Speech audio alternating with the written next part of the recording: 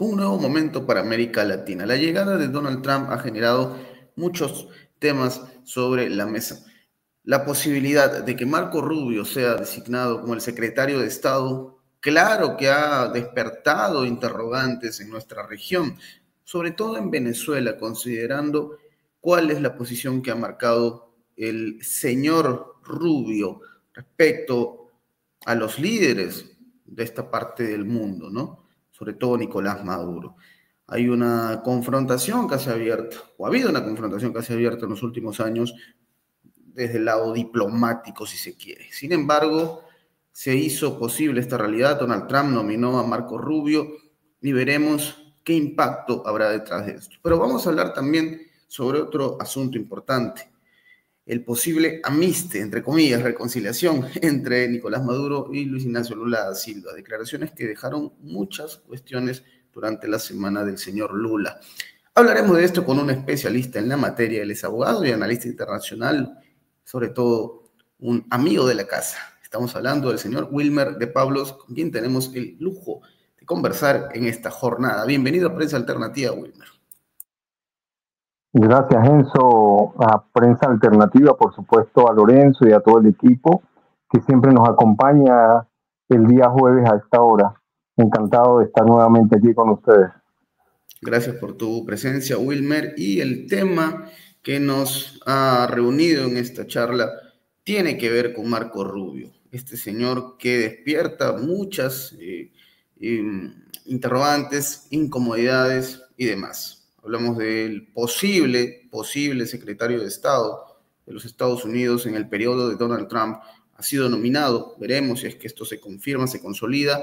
Por supuesto, no podemos dejar de lado, Wilmer, que el perfil de Marco Rubio no es precisamente de una persona pacifista, no es precisamente un amigo de la región, bueno, difícilmente que alguien lo sea de esta zona del mundo, pero Marco Rubio ha hecho lo imposible por despertar el repudio de nuestra ciudadanía, ¿no? Más allá, vergonzosamente, más allá de sus raíces, de sus orígenes. Parece que es algo que se le ha olvidado al señor Marco Rubio. Pero bueno, Wilmer, ¿cómo interpretar esto considerando que Donald Trump llega supuestamente con una agenda distinta, supuestamente con la intención de hacer una serie de modificaciones respecto a las políticas de Estados Unidos, pero parece desde al menos lo que significa política exterior, no va a haber un cambio, ¿no? Marco Rubio es un personaje, insisto, que no goza precisamente de la simpatía de nuestra región. ¿Qué impresiones tienes tú, Wilmer, sobre esta nominación de Marco Rubio por parte de Donald Trump? Escribía yo en un Twitter esta mañana refiriéndome a la congresista María Elvira Salazar, que se encontraba en su clima en esto que llamamos, para ser más elocuentes, en un orgasmo político en razón de la designación de Marco Rubio, porque todos ustedes saben que Marco Rubio y María Elvira Salazar son realmente unos ultraderechistas muy cuestionados, por cierto, por sus gestiones. En el caso específico del senador de la Florida, eh, Marco Rubio, no en vano lo llaman en los medios comunicacionales narco rubio. Y esto, por supuesto, tiene un trasfondo, esto tiene una cortina de atrás que en la historia más cercana se empezará a revelar. Yo pienso que esta posible designación como el primer senador o el primer latino como secretario de Estado de Estados Unidos, ha empezado con muy mal pie. Con muy mal pie porque realmente como canciller, como secretario de Estado, ya empezó lastimosamente haciendo lecturas erradas. ¿Por qué? Porque priorizar como objetivos a Cuba, a Nicaragua y a Venezuela, sin entender que en el contexto actual, que en la realidad actual, Cuba ya es parte de los BRICS, es decir, del nuevo mundo multipolar, del nuevo mundo que están haciendo multicéntrico y pluripolar. Ya no está solo, ya Cuba se encuentra acorazado por todas estas estructuras del nuevo orden mundial que la constituyen los BRICS, la Organización de Cooperación de Shanghái y la ASEAN. Cuando dispara hacia Nicaragua, está cometiendo otro error en la lectura, porque Nicaragua es un socio muy importante en la actualidad para dos gigantes. El gigante, la potencia militar que es Rusia y la potencia económica que es China. Pero el error más grande lo comete cuando dispara hacia Venezuela porque no tiene lecturas correctas y no ha entendido que en este momento, en esta realidad y en este contexto, Venezuela es un actor de primer orden en este nuevo mundo multipolar, multicéntrico y pluripolar. ¿Y por qué? Porque Venezuela tiene las reservas de petróleo más importantes del mundo. Si nosotros sumamos todo el petróleo, la energía que acumula el BRICS, no supera los próximos 9 años. Si sumamos toda la energía que acumula Estados Unidos, no superan los próximos 4 años. Y entendiendo que Venezuela tiene la reserva más grande de petróleo del mundo, de más de 330.000 millones de barriles de petróleo, significa que Marcos Rubio realmente no se ha preparado, no tiene lecturas, porque su lectura responde a las vísceras emocionales de ese odio que lo caracteriza hacia los gobiernos progresistas. Pienso desde ya, Enzo, te lo puedo decir, que será el primer despido, es decir, el primer votado pero no de sufragar, despedido del gobierno de Donald Trump por adelantarse erróneamente en ese giro que está obligado a dar Donald Trump hacia la región y sobre todo a Venezuela. Estoy seguro, sin temor a equivocarme, que Donald Trump tendrá un giro en la política exterior con relación a Venezuela. No me extrañaría para nada un acercamiento del nuevo presidente de Estados Unidos, Donald Trump, con el presidente Nicolás Maduro, porque las circunstancias que hoy acompañan este nuevo periodo de gobierno de Donald Trump son total y absolutamente distintas, las variables son otras.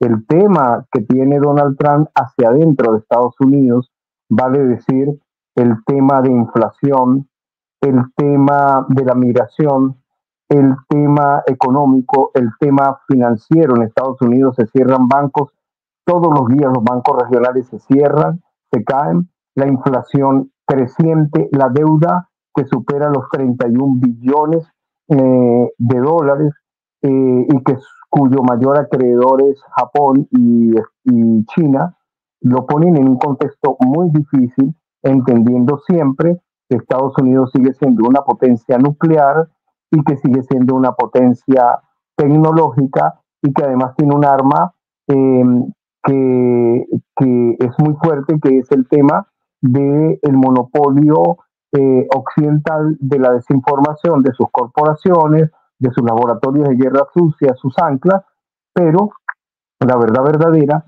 es que Kazán, ese encuentro de los BRICS en Kazán, abrió un periodo, una nueva época, un nuevo ciclo civilizatorio, y si no se hacen lecturas correctas a partir de esta puerta, de esta apertura, realmente la gestión de Estados Unidos, que no es la gestión de Marcos Rubio, y por eso seguro estoy que es el primer designado, será uno de los primeros despedidos, votados por Donald Trump, que sí está haciendo las lecturas correctas con su acercamiento hacia Rusia, hacia Norcorea, inclusive a China.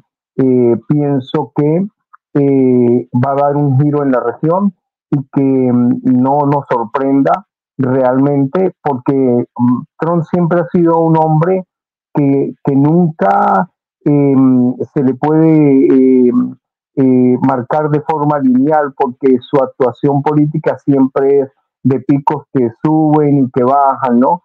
Pero es un empresario y como empresario tiene claro que la energía que acumula Venezuela para esta reserva de petróleo tan importante y además la cuarta reserva de gas y además la primera reserva de oro del continente que constituye el 70% del oro del mundo, esto lo tiene clarísimo Donald Trump, que no es ni cercano a lo que la propaganda que hoy motiva al hemisferio, a la ultraderecha del hemisferio, tiene que ver con las primeras declaraciones de Narco Rubio en su histeria, en su errónea lectura. Esa es mi apreciación personal en relación a esto que la derecha, incluyendo la derecha venezolana o la ultraderecha venezolana, que hoy se encuentra fuera del país, María Corina Machado en Colombia, Edmundo González Urrutia en España, todos los fascistas se encuentran fuera del país, están leyendo de forma errada. Ok, claro, no sorprende, por ejemplo, la posición que tomó Edmundo González, ¿no? Celebró la designación de Marco Rubio. Marco Rubio, quien por cierto publicó un tuit bastante polémico, dijo, entre otras cosas, que para poder garantizar o llegar a la paz había que apelar a la fuerza. Un mensaje que por supuesto yo lo veo como una provocación directa, que incluso va también dirigida a la propia Rusia, ¿no? Pero interesante lo que plantea Wilmer, un escenario como este, ¿no? Un Marco Rubio que probablemente sea echado a patadas por el propio Donald Trump. Vamos a ver hasta qué punto esto se da. Yo, la verdad, Wilmer, me doy cuenta que tú tienes una capacidad de, no voy a decir ver el futuro, pero en base a los análisis que haces, se puede más o menos entender cuál es la línea que sigue, ¿no? De hecho, hablaste mucho sobre esta victoria de Trump antes de que se consolide, con mucha diferencia, incluso lo dijiste, y bueno, el tiempo te dio la razón. Y mira, hay un tema que vamos a enlazarlo porque, a ver, a mí me gusta ser una persona bien, digamos, ¿cómo decirlo? Bien pensada, entre comillas, si es que cabe el término, creo que no existe, pero que trato de encontrar explicaciones bastante generosas a las cosas. Y la posición de Lula da Silva, de Luis Ignacio Lula da Silva, presidente de Brasil, me llamó mucho la atención en el contexto en el que se dio.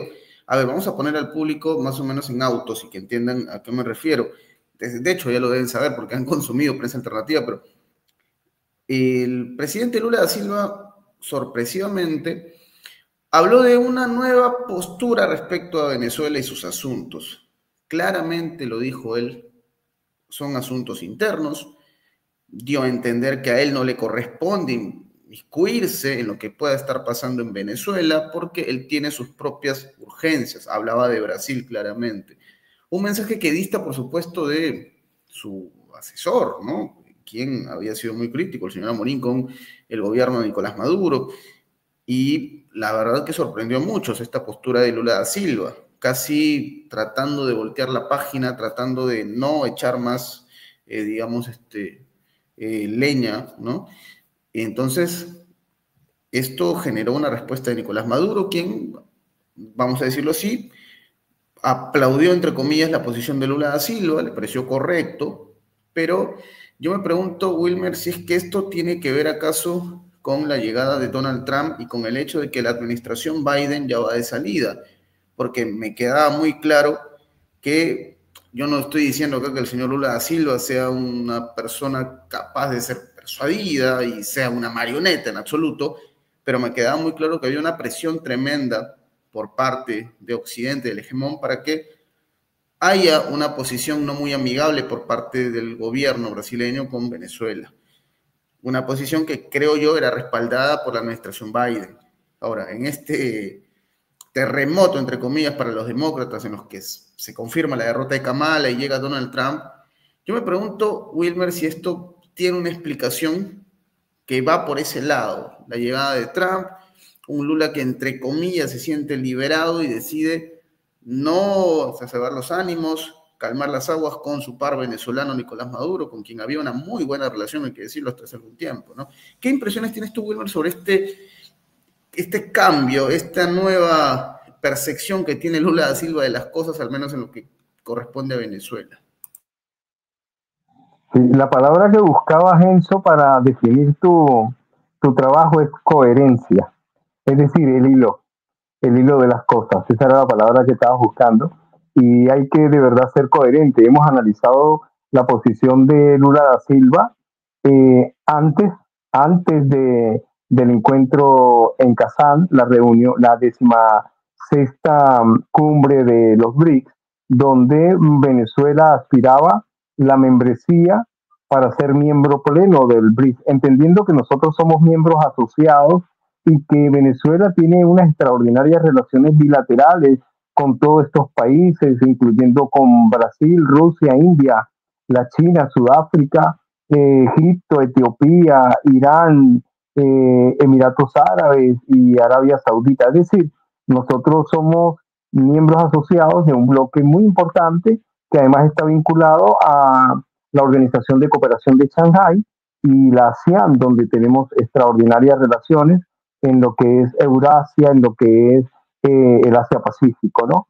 Y en el encuentro donde estuvieron 34 delegaciones, 24 jefes de Estado, y donde Putin pudo reunirse con 17 jefes de Estado en Kazán, el presidente Nicolás Maduro, en uso de lo que lo caracteriza, porque además fue el canciller nada más y nada menos que del comandante eterno Hugo Chávez, aprovechó ese acercamiento para fortalecer las relaciones bilaterales con estos nuevos 13 miembros, que son 7 de Eurasia y Medio Oriente, bueno, en esta parte de aquí, son 3 de África, los 2 de Latinoamérica y por supuesto los 2 de Europa, ¿no? O sea, un acercamiento y además un abrazo y una aceptación y reconocimiento no solamente de su gestión actual, de la que finaliza en enero, pero para asumir el 10 de enero su nuevo mandato, porque fue reelecto como presidente para el periodo 25-30, ¿no? Nosotros hemos visto en ese análisis que hemos hecho en relación con Brasil, la postura no solo de Brasil, sino de Colombia, que se han negado a ratificar, a aceptar la reelección ilegítima, la reelección independiente y soberana de un pueblo que de forma genuina y auténtica eligió y religió a su presidente. Por eso es muy triste ver a dos aliados de la región, en este caso a Petro, a Gustavo Petro y a Lula da Silva, desmarcándose en ese sentido, haciéndole el trabajo además comunicacional de la propaganda de Estados Unidos, cuando la propia Carta de las Naciones Unidas le prohíbe a ambos gobiernos ingerir e interferir en los asuntos internos de otros estados. Es una prohibición expresa para todos los miembros de la Comunidad de Naciones, es decir, los 193 países que forman la Organización de Naciones Unidas. Siempre ha tenido esa postura, tanto Petro como Lula, al extremo, al nivel de que fuera la excusa aparente, porque realmente cuando hacíamos lecturas de por qué Brasil no acompañó la membresía para el ingreso como miembro pleno de Venezuela, siempre se ampararon en que a raíz de que no mostraba Venezuela las actas como según ellos debían hacerse, ¿no? Porque su atrevimiento y su arrogancia les permitía hasta señalar cómo eran los procesos internos en Venezuela, cuando nosotros sabemos que en ninguna parte del mundo se piden actas. Y si no, pregúntese cómo es que Lula da Silva felicita a Donald Trump sin que Donald Trump haya mostrado al día de hoy una sola acta, ¿no? Es realmente risible, contradictorio y es un doble estándar. Ahora, la pregunta específica o la interrogante específica de ¿qué pasó? ¿Por qué este giro de Lula da Silva, de su gobierno, en relación ahora con la posición de Venezuela? Al extremo de decir en vivo, en un canal, en una entrevista, que los problemas de Venezuela y que Maduro es un tema de Venezuela, que no es un tema de él, que no es un tema de Brasil, después de que le ha hecho el trabajo comunicacional de la propaganda occidental al gobierno de Biden y de Kamala, ¿no? Es decir, a los demócratas, que acompañó, que apoyó, ¿sí? De forma abierta, pública, comunicacional y notoria, pero que lastimosamente para él, sus aliados del norte, los demócratas, no fueron reelegidos para el próximo periodo presidencial y que todo lo contrario, se eligió, como lo hablamos en varias oportunidades, tú lo acabas de decir, yo siempre fijé una posición clara en el sentido de que Donald Trump ya era prácticamente el presidente de Estados Unidos a raíz del primer intento de magnicidio, porque esa imagen semiótica, cuando Trump levanta la mano con la sangre en la cabeza, protegido por la inteligencia de Estados Unidos, en mi opinión, del análisis semiótico comunicacional, esa imagen transversalizó el país entero y esto catapultó de inmediato a Donald Trump como próximo presidente de Estados Unidos. Pero además cometieron el error de reincidir en el intento de magnicidio y además le han puesto en un debate primero con Biden, que era vergonzoso, y después un debate con Kamala, que era más que vergonzoso. Es decir, los demócratas le hicieron la mejor campaña a Donald Trump, que hoy ocupa nuevamente o que ocupará nuevamente a partir del 20 de enero la presidencia de Estados Unidos. Entonces, ¿qué fue lo que pasó con Lula? Esto es de lectura simple. La lectura es muy simple, Enzo. Entendió que había cometido un error histórico, que había cometido un error tremendo, no solamente por el hecho comunicacional que vimos en toda la región y en el mundo, donde se le estigmatizó y se le señaló como el verdadero traidor dentro del BRICS, es decir, el caballo de Troya dentro del BRICS. Eso lo conoció el mundo entero. Pero es que además, de inmediato el presidente Vladimir Putin se desmarcó a la semana siguiente del acompañamiento del G20 a la reunión que en principio no se había pronunciado. Pero también hemos visto las lecturas, por supuesto, de Xi Jinping, de Narendra Modi en la India. ¿Por qué?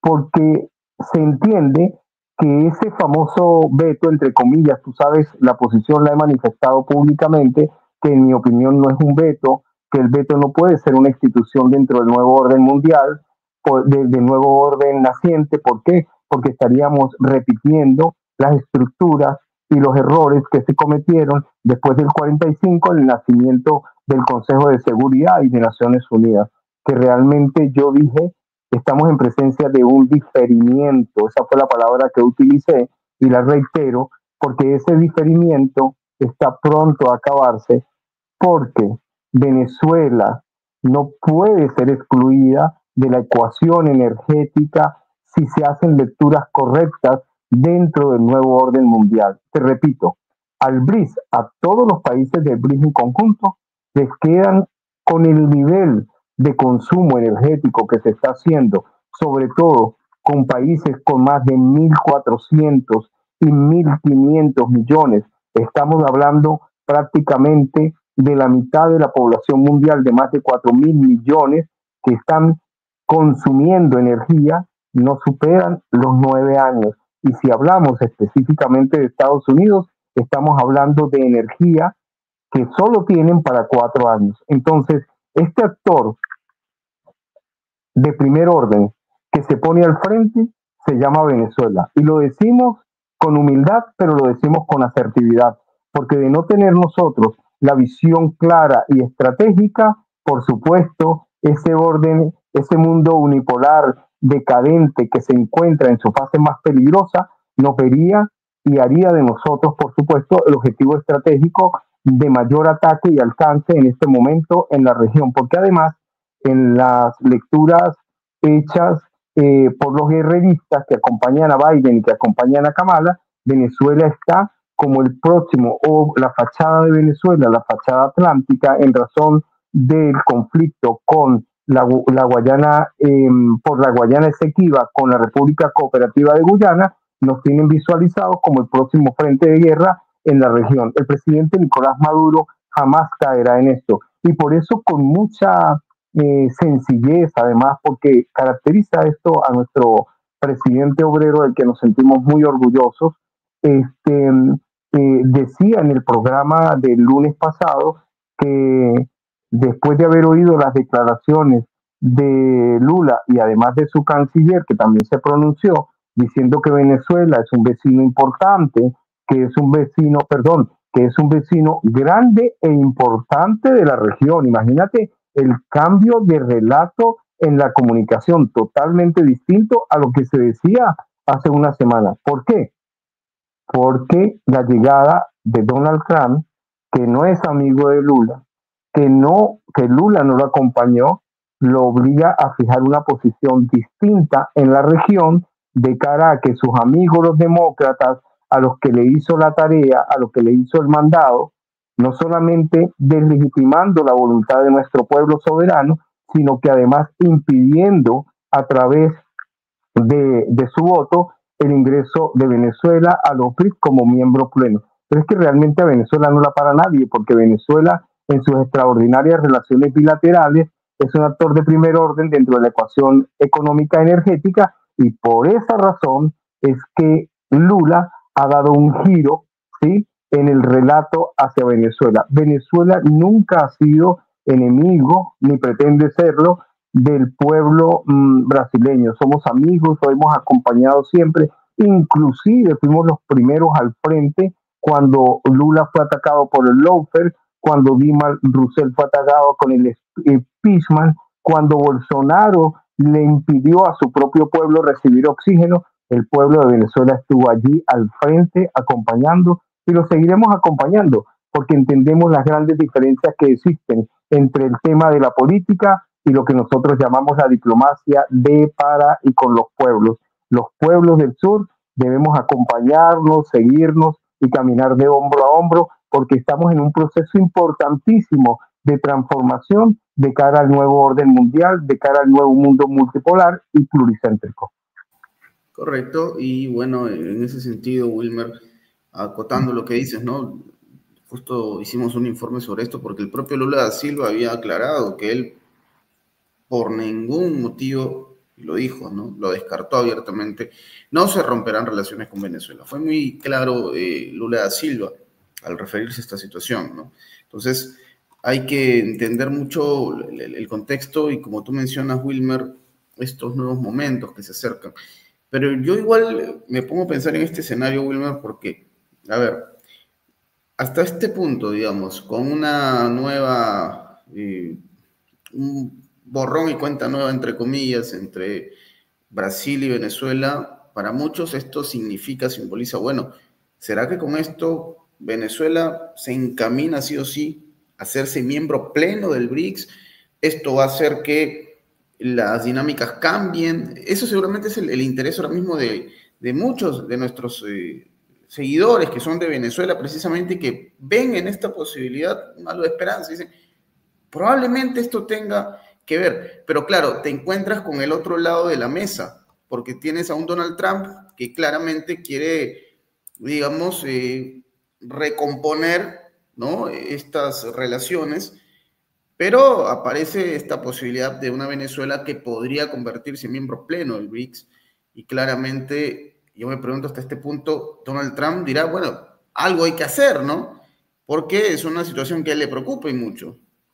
Entonces, esta es una paradoja, Wilmer, en la cual Venezuela, en cierto modo, va a tener quizás una lluvia de ofrecimientos, ¿no? Un Trump que quizás trate de calibrar, cambiar las políticas y que intente ofrecer algo concreto, y un BRICS que, por supuesto, permanece ahí como una opción. ¿no? Una paradoja bastante interesante. ¿Cómo ves este panorama, Wilmer?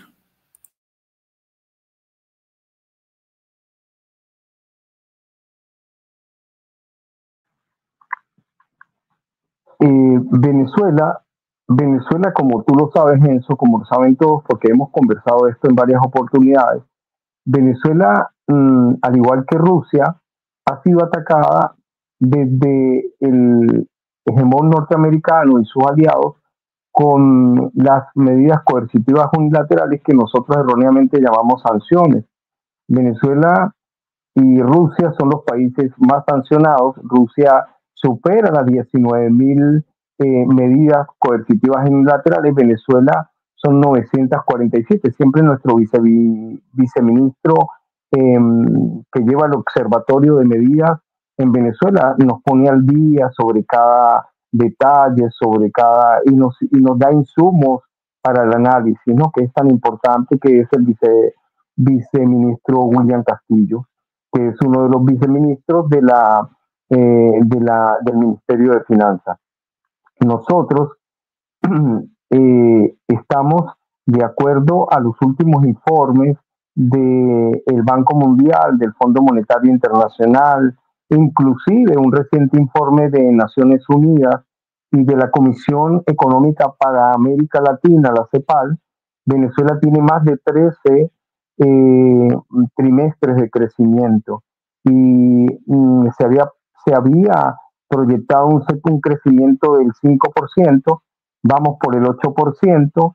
Los más optimistas, o algunos como moderados, no digamos optimistas, dicen que llegaremos al 10%, pero realmente las proyecciones más serias y más cercanas dicen que Venezuela tendrá un crecimiento del 12%. Es decir, extrañamente, los dos países más atacados por las vergonzosas medidas coercitivas unilaterales son los países de mayor crecimiento, en este caso en la región latinoamericana. En el caso de Europa, es Rusia. El mayor crecimiento lo tienen allí. Ahora, Venezuela, en su condición de miembro asociado, no ha parado realmente de trabajar y acompañar y hacerse acompañar, sobre todo porque el presidente de la República tiene claro que el presidente Chávez hizo la revolución política. Ya la hemos explicado aquí en qué consiste la revolución política hacia adentro y hacia afuera, ¿no? Hemos hablado también de que Chávez hizo la revolución social, cuando le quita todo el Producto Interno Bruto a la oligarquía local y a las transnacionales, y lo convierte en lo que nosotros conocemos como misiones y grandes misiones, es decir, grandes programas sociales. Pero que el paso más importante es, en revolución, es el paso de la revolución en lo económico, y es casualmente a él al que le corresponde desde hace 11 años este paso, que ha sido tan duro y por eso ha sido tan atacada toda su gestión, su primer y segundo gobierno.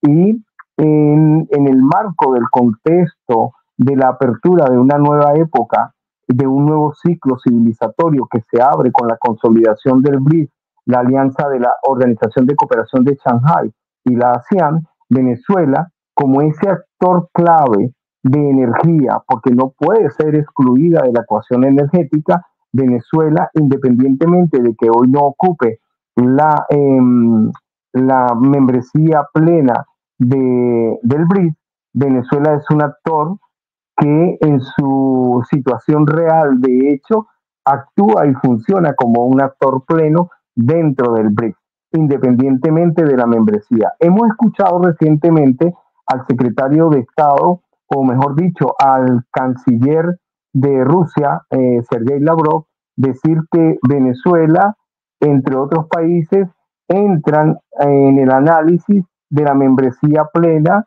para los próximos días. Está hablando realmente de que se está haciendo un análisis previo al cambio de la presidencia. Recordemos que la presidencia es rotatoria, la presidencia del BRICS es pro tempore, y el próximo presidente, de acuerdo a la rotación, le correspondería a Brasil. Entonces, para nada puede extrañar, y además podemos sumar, podemos ir hilando suave en política, por qué el cambio de Lula da Silva, qué presiones y qué consecuencias ha visto y está viviendo Brasil a partir de su evidente acompañamiento en la postura norteamericana para impedir que Venezuela se hiciera miembro en los BRICS. Eso tiene un costo político, económico, financiero y sobre todo porque estamos hablando del actor más importante que garantiza la energía que se requiere en el nuevo mundo multipolar, multicéntrico y pluripolar. Es decir, de haber ganado la derecha en nuestro país el 28 de julio de este año, por supuesto que la energía hoy estuviera en manos de Estados Unidos, de sus aliados, para la guerra. Pero el presidente Chávez siempre lo dijo, la energía y las riquezas de Venezuela tienen que ser para acompañar el nacimiento del nuevo orden mundial, de un mundo más humano, de un mundo más equitativo, de un mundo de iguales. Entonces, la lectura que uno le tiene que hacer en este contexto, y por eso repito, al principio de la entrevista, de este conversatorio, hablábamos de Narco Rubio, como se llama en Venezuela este personaje nefasto que además ha acompañado a la ultraderecha en nuestro país, que la ha financiado, que le ha hecho los lobbies correspondientes, que se han hecho de dineros increíbles a través de los robos de Citgo, a través de los robos de las cuentas de nuestros bancos, y por supuesto ahora van y pretenden ponerle el dinero a las 30 toneladas de oro que se encuentran en el banco en Gran Bretaña. Este personaje es un personaje nefasto que desde ya le auguro próxima despedida de Donald Trump, que no va a tener problema en darle unas 2 patadas y decirle ya no te quiero cerca, etcétera, etcétera. Bueno, la lectura real es que Venezuela, en el hecho real y concreto en nuestro terreno, está siendo acompañada por las grandes corporaciones de la India, de la China, de Rusia, porque además el presidente entendió que la revolución en lo económico requiere sobre todo en el marco de las relaciones bilaterales, requiere de tecnología, de conocimiento, por supuesto, tecnología, industria y conocimiento. Si nosotros nos hacemos acompañar de nuestros aliados en el marco de lo que la Constitución y las relaciones exteriores nos permiten, utilizando los instrumentos correctamente, por supuesto nosotros podemos rescatar la industria nacional, fortalecerla y además impulsarla y traer nueva industria. Tenemos en este momento nuestros supermercados, nuestras tiendas de comida totalmente abastecidas con un 100% de alimentos que además es de producción venezolana. Esto significa que hemos resuelto el tema de la seguridad alimentaria, que estamos obligados a tener siempre un stock de 3, 4 meses por planificación estratégica, pero que ya nosotros podemos pensar en ser unos exportadores, ¿sí? Hacia otros mercados. Y por eso es tan importante la designación reciente de Daniela Cabello, la hija de nuestro vicepresidente del Partido Socialista Unido de Venezuela, porque está impulsando la empresa exportadora de Venezuela. Estamos llevando a 70 países productos de muy alta calidad de Venezuela. Hoy nos encontramos en Shanghai, en la Feria Internacional de Exportadores, pero te puedo decir, por ejemplo, que en el caso de lo que sucede aquí en Europa, por ejemplo, de los 27 países de la Unión Europea, una cosa es el tema político y otra cosa es el tema económico. Venezuela trae productos a Europa, a más de 24 países, y es importantísimo resaltar que aun cuando las tensiones de orden político, por ejemplo, con España, con el partido, con el presidente Sánchez y con la ministra Giorgia Meloni en Italia, independientemente del tema tenso político, nosotros somos proveedores de energía muy importante para esas dos economías que por supuesto redundan de forma positiva en Europa. Es decir, que Venezuela en el contexto económico está dando los pasos más importantes para la revolución en lo económico, lo que pondrá a Venezuela en el marco de una potencia de la región, porque además podemos respaldar con nuestro oro la nueva moneda del BRIC, la moneda regional, nuestra moneda nacional, pero es que además de eso estamos trabajando el sistema de plataformas que luego se ensamblarán por países y por regiones, que por supuesto harán que las dos armas de guerra del imperio norteamericano, que son el dólar y el sistema financiero, el sistema SWIFT, pasen a la historia porque es una realidad concreta, actual, que puede medirse, que la caída del dólar es estrepitosa y que el sistema SWIFT está siendo desplazado por dos nuevos productos que se generan desde el BRIS. El PayBriz, que es el pago en moneda electrónica, y la moneda que ya ha sido mostrada en Kazán por el propio presidente Vladimir Putin, que él en principio sugirió que se llamara R5, pero además de esto, respaldada todas con oro en las economías que más tienen oro, que son Rusia, India, China, Venezuela, por supuesto, pero además de esto, tenemos que visualizar que el sistema SWIFT también está siendo desplazado porque el intercambio ahora entre monedas nacionales pone de un lado al BRICS cuando, por ejemplo, Rusia paga con rublos, la India paga con rupias, China paga con renminbi, es decir, de hecho, las transacciones ya desplazaron al dólar y ya desplazaron al propio sistema SWIFT. Pero por supuesto, esto tiene que terminar de concretarse, de alinearse para que toda Eurasia, para que esas economías que son potencia militar como Rusia, potencia económica como China, potencia emergente como la India, Irán y todo lo que es el Medio Oriente, sobre todo entendiendo que Arabia Saudita dio un paso muy importante que fue desastrar al resto de la economía energética del dólar como moneda única y exclusiva. Y por supuesto toda África, que hoy está emancipándose de una forma extraordinaria, pero que hay actores muy importantes como Argelia, Energía, como Sudáfrica, muy importantes, que están haciendo lo propio para articular con América Latina en esa relación que se llama ASA, a América del Sur y África, que nos permite conectar realmente lo que se conocerá o lo que ya se conoce como el nuevo sur global.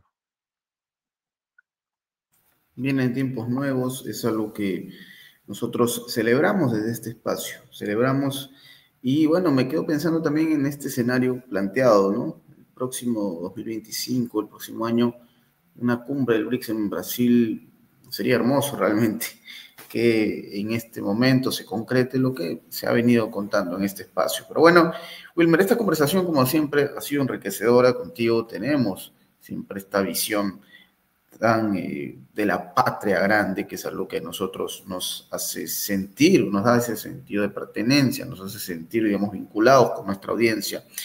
Pero Wilmer, como es habitual en estos espacios, te pediría que nos des una reflexión de lo que hemos conversado, una reflexión sobre estos nuevos momentos, ¿no? Lo que tiene que ver tanto con la posición de un Marco Rubio, Estados Unidos, y su nueva forma de ver quizás el mundo, ¿no? Su nueva forma de ver a Venezuela. Y por supuesto, Venezuela y esta inesperada reacción de parte de Brasil. ¿Qué reflexiones nos dejarías a propósito de lo conversado, querido Wilmer? Hay que entender, muy importante, hay que entender que las condiciones de la nueva gestión de Donald Trump tiene variables y tiene condiciones geopolíticas que no son las mismas del 2016. Por eso hay que leer muy bien lo que acontece en Estados Unidos, lo que sucederá en Estados Unidos. Kamala Harris y Donald Trump, ambos acompañan el genocidio que hoy Israel comete contra el pueblo palestino, el ataque hacia Libia, hacia Siria, hacia Yemen, a todos estos 5 frentes desde Israel. ¿Por qué? Porque Israel, como ustedes lo saben, ocupa un peso muy importante en la economía, en el manejo del poder del Estado profundo del Deep State, como lo hemos explicado aquí. Estados Unidos no es una democracia, es una corporocracia porque responde a las corporaciones, más importantes del mundo y detrás de ello está el Estado sionista de Israel.